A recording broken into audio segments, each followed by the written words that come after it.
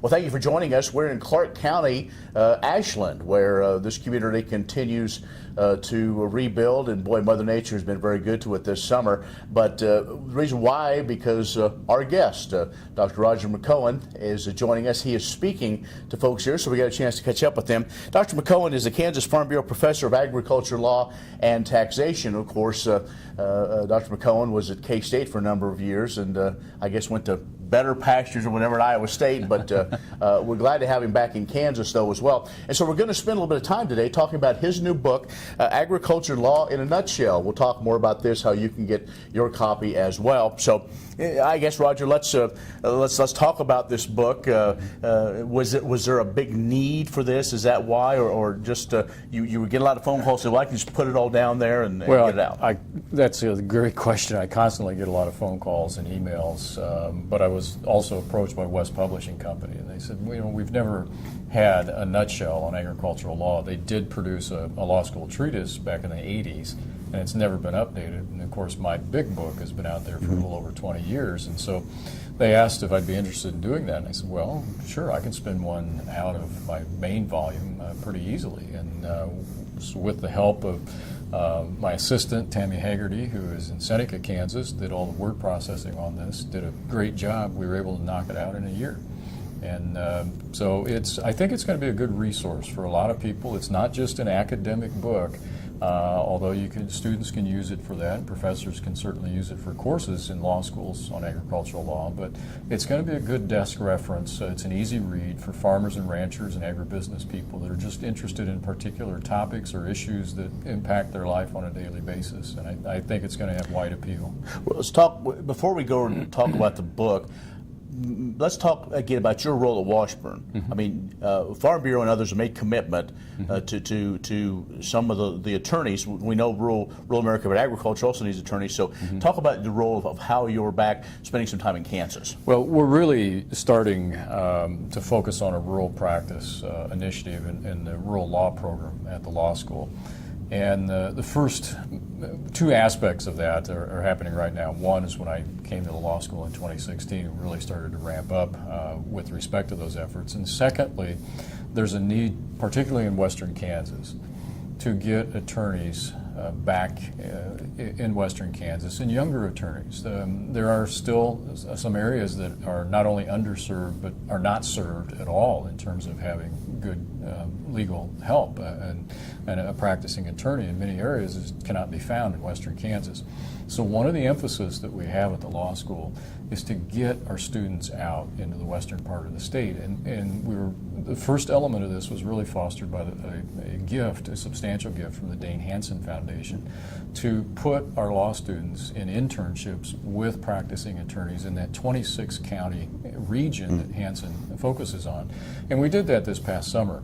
And we were able to place about 12 or 13 students with attorneys at no cost to them all summer because of what the Hansen Foundation did.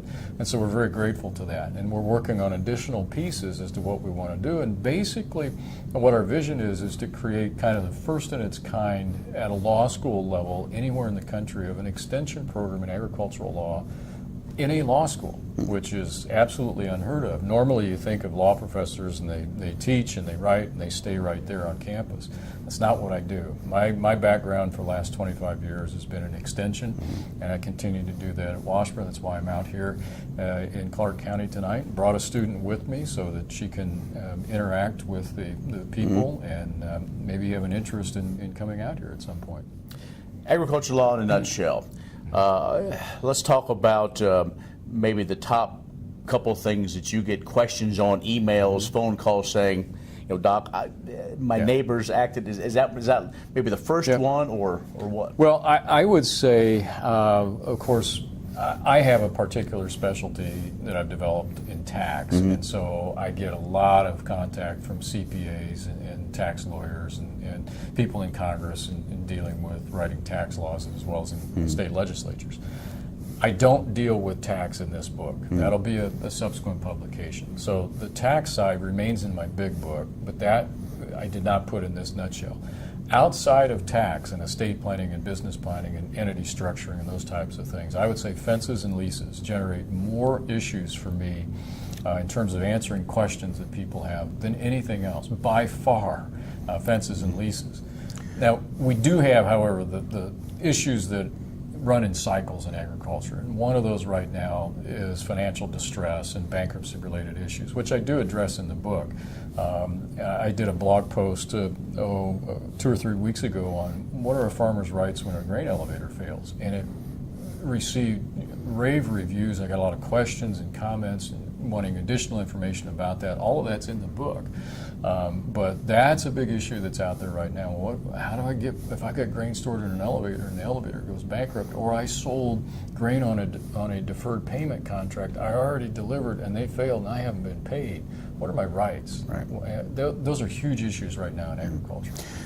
Well, right now, big issues not only in Kansas but nationwide is waters of the U.S., Right. water law, Right. Environmental law, trying to figure out who's right, who's wrong. With the new administration, there's a lot of new thinking. So maybe go through some of those things of what you've studied and seen. Yeah, and the book is not just focused on Kansas. It's nationwide in scope. So I do get into such things as WOTUS and the case law all over the country, and just had another one of those cases pop up just last week on the East Coast in Maryland, involving the courts trying to struggle with, well, what definition of a water of the United States do I use? Congress hasn't settled the groundwork yet. We have this executive order from the president, but that wasn't in place when this case was filed. And so that's a huge issue that's out there. Plus, water in general, water law is big as you move to the western part of the United States. Western Kansas, obviously, it's big. We've got just Kansas specific right now. We have a huge water law case that was decided. The next step of it was decided involving a ranching operation, an irrigator in Garden City area. And one of the things we'll have to watch is see how the legislature in Kansas reacts to the court's opinion on prior appropriation. So those issues are huge. Those are big issues. But I deal with those as well as others, and contracts and property law and cooperative law, dealing with co-ops and what are the producers' rights and obligations and so forth. Talk a little bit about, you do regulatory law as well, and there's been a lot of discussion about reducing some of the regulations, but there probably some of them are there for a reason. But is there an overreach, and have you looked at some of those cases where certain courts have found where some of the things that the Fed and maybe some states have done a little bit of an overreach? Yeah, well, one of these issues came up. That's a great question, and I do deal with the regulatory issues in the book, but one of them, I'm sure you're familiar with, that happened over the past couple of years is we deal with child labor on the farm and labor issues, and then storage on the farm. There were huge issues over the past couple of years that the feds had created about on-farm storage, on-farm fuel tanks, and labor, whether it's family or whether it's hired labor that's not in the family and of young age. And so those issues, D.C. doesn't always understand how farms and ranches operate. And so we tend to get some rules and regs that aren't necessarily what the Congress intended, weren't thinking about, and then it creates issues and it gets itself in the court, and we have to unwind that. And I try to unpack a lot of that in this book and the chapter on regulatory law.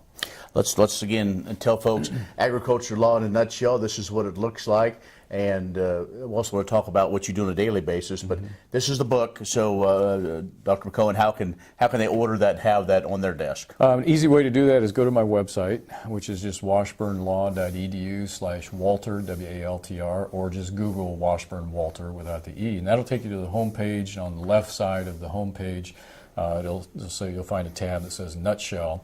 On agricultural law. Click on that and it takes you to the ordering information with West Academic Publishing Company in St. Paul. Now, I know you've already traveled a lot doing some pre-tax schools and some other things. You're here. Are you going to be spending some more time in Kansas and traveling like maybe the rest of this year? Or? Oh, yeah. I have over 25 seminars left this year, Okay. so I do about 80 a year. So I'm in Ashland tonight to talk about tax and legal issues associated with the fire that happened earlier this year, or fires, given Medicine Right. Lodge a year ago.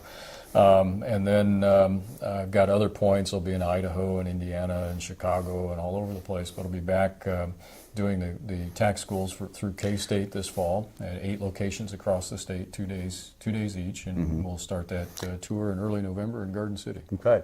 And you also, is it a weekly blog? Is that you blog on different things? I blog 2 to 3 times a week Okay. on various legal and tax issues. And next one will be tomorrow morning. How can they find that? That's through the website. Again, Okay. go back to the Washburn Agricultural Law and Tax Report, and you can find the blog off the homepage, and people can subscribe to send it to their email automatically when I write something. All right. Well, Roger, you're a busy guy, so we appreciate the time, and good luck with this book, and look forward to talking to you and learning more about, I'm sure that the tax book will be very fascinating with all the different ways, and that's something we don't need to talk about as well, with some possibilities with the new farm bill or with possibly crop insurance. But let's not go too far off this, but I think maybe a little preview on entities. Entities is a big one.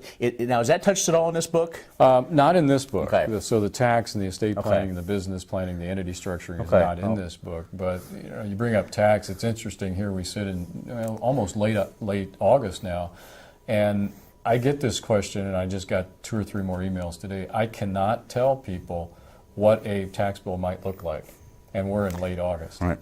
I have an idea, maybe, and the House Ways and Means Committee has talked about some proposals. The administration has given us an idea of what they'd like to do, but we don't have anything put on a skeleton yet. Unbelievable. That's tax guys doing this for a long time. So again, the book is Agricultural Law in a Nutshell. Dr. Roger McEowen is Kansas Farm Bureau Professor of Agricultural Law and Taxation at the Washburn Law School. So look forward to catching up and glad to catch up with him. So from Clark County in Ashland, I'm Ken Rogers.